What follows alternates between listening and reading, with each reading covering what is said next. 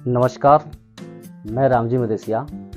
आप देख रहे हैं अपना विचार मंच और हमारे फेसबुक पर रामजी मदेसिया पेज लाइक करिए और फॉलो करिए और इंस्टाग्राम रामजी मदेसिया। आज बहुत दिनों के बाद सोशल मीडिया से लेकर प्रिंट मीडिया तक एक ट्रेंड चल रहा था कि नेता प्रतिपक्ष कौन होगा, विपक्ष का नेता कौन होगा।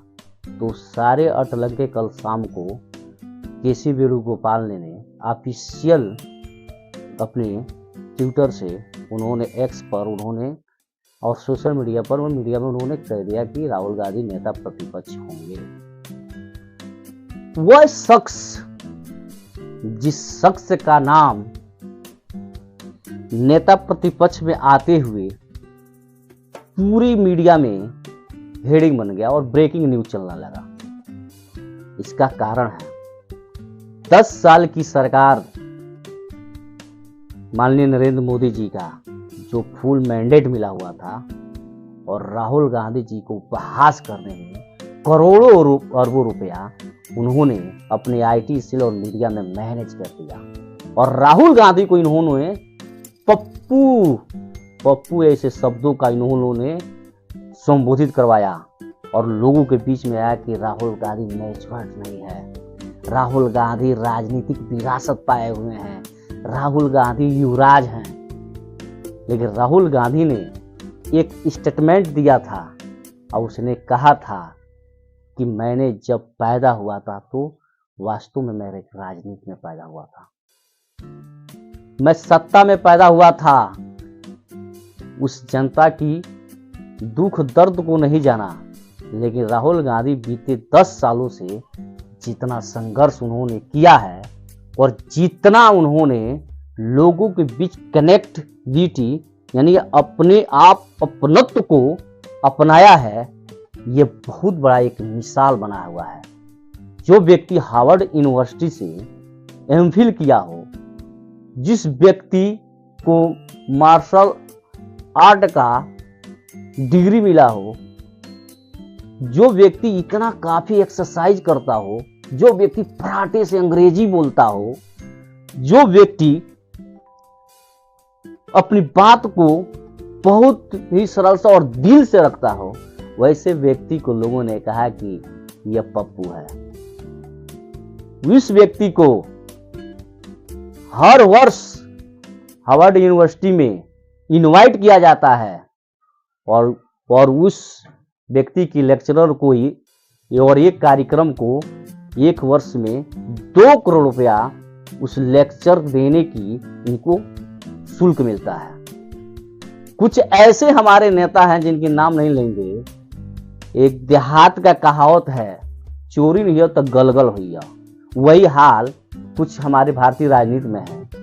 पढ़े लिखे की डिग्री तो है नहीं, पता भी नहीं चलता है, लेकिन वो बिना टेलीप्लांटर से सहारे वो बोल नहीं सकते हैं। मीडिया में अपनी बात को दिल से नहीं रख सकते हैं। मीडिया में जो भी रखना है तो स्क्रिप्टेड शब्दों को रखना है, प्री प्लानिंग के हिसाब से रखना है और लोगों को तक पहुंचाना है। लेकिन ऐसा तो नहीं है राहुल गांधी बात। राहुल गांधी फराटे से हिंदी और फराटे से अंग्रेजी बोलते हैं। देश की किसी कोने पे चले जाइए, राहुल गांधी बेहिचक बोलते हैं। वह व्यक्ति आज विश्व का एक नजीर बना हुआ, जो जम्मू कश्मीर जो आपके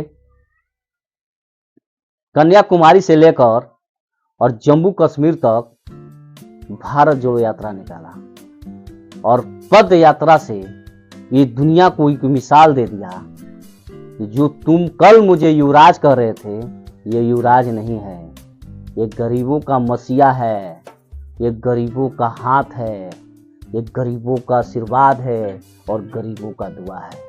जिसकी पीढ़ी इस देश की सींचने में, इस देश को मजबूत करने के लिए कुर्बानियां दे दी, अपने एक खून की कतरा दे दी।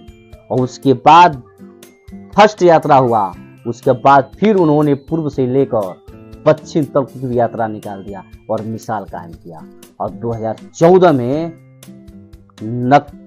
मस्तक करा दिया मोदी जी को और ये दिखा दिया कि संघर्ष में जितना दम है और जितना मेहनत में दम है, जितना लोगों के बीच में जाने की जरूरत है, ये लोगों ने मैसेज दिया। आज 99 सीट कांग्रेस को लोकसभा में मिला है और उत्साह भरा हुआ जो कांग्रेस है, जो पिछले 10 साल से कांग्रेस की उपहास होती थी, आज राहुल गांधी ने उसको रिकवर कर दिया। जो स्मृति ईरानी बहुत काफी बोलती थी गांधी खानदान पर, आज गांधी परिवार का वफादार व्यक्ति किशोरी लाल जी ने उसको चुनाव हराया 87,000 से और घमंड दूर कर दिया। मैंडेट मिलने का मतलब ये नहीं है कि आप किसी पर उंगली उठा दीजिए। राजनीति में विरोध होता है, पक्ष विपक्ष होते हैं, मुद्दों पर लड़ते हैं। आप व्यक्तिगत टिप्पणी किसी पर करेंगे, कोई बर्दाश्त नहीं करेगा। आज राहुल गांधी सड़क पर लोगों के बीच लोगों की बात सुना है, अपनी बात को रखा, लोगों की बात को सुना है और संविधान की किताब लेकर जब लोगों के बीच निकला तो लोगों में एक झुकाव और लोगों में कनेक्टिविटी हुई, क्योंकि मोदी जी के मंत्री बेलगाम हो गए थे। कह रहे थे कि तीसरी बार 400 पार जब आएंगे तो मैं संविधान बदल दूंगा। अब वही जब रिजल्ट निकलता है तो मोदी जी संविधान पर की प्रतियों पर, किताबों पर अपने सिर को झुकाते हैं और संविधान की कसम खाते हैं, शपथ लेते हैं और कहते हैं कि मैं विधि का और मैं शपथ लेता हूं कि मैं संविधान के प्रति अनुरूप काम करूंगा। तो ये बलबोड़े और जो इतने बोल रहे हैं, इन्हें जनता ने सबक सिखाई है। सरकार बना ली है, तीसरी बार प्रधानमंत्री बने हैं, हमारी भी शुभकामनाएं हैं। अब तीसरी बार जब बने हैं तो विपक्ष भी मजबूत हुआ है और देश में तरक्की हो गया।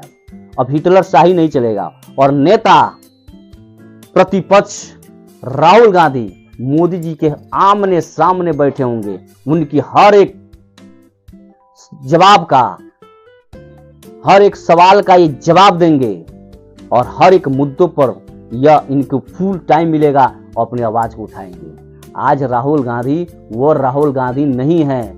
राहुल गांधी ने स्टेटमेंट दिया था कि वो राहुल गांधी नहीं है, वो राहुल गांधी मर गया।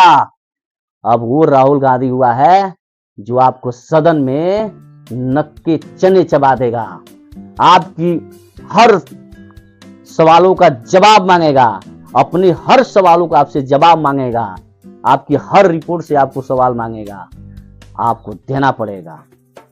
तो बहुत खुशी की बात है कि नेता प्रतिपक्ष इन्हें चुनने के लिए कांग्रेस पार्टी ने और राहुल गांधी जी भी ने सहमत हो गए हैं और मेरी उम्मीद है कि वह नेता प्रतिपक्ष जो होता है तो 125 करोड़ देश की जनता का आवाज होता है। हर मुद्दों को, हर जमीनी हकीकत को, रोटी रोजी रोजगार का पूरा वह लोगों से, सरकार से डिमांड करता है कि मेरी सरकार ये जनता के प्रति रवैया उसकी ठीक नहीं है, तो आईना के रूप में होता है। जो शख्स निकला है सड़कों से, उसे किस बात की गुमान है? वो तो अपने हैं जो मुझे गले मिलाते हुए इस राह को दिखाकर दिल्ली तक मुझे बनाने के लिए नेता प्रतिपक्ष बनाया है। तो ये चीज, यह हौसला और बुलंद होता है। कौन क्या कहता है, कौन क्या मुझे बोलता है, कौन क्या कीचड़ फेंकता है, मुझे क्या फर्क है। मैं अपने मिशन में निकला हूं, पीछे मुड़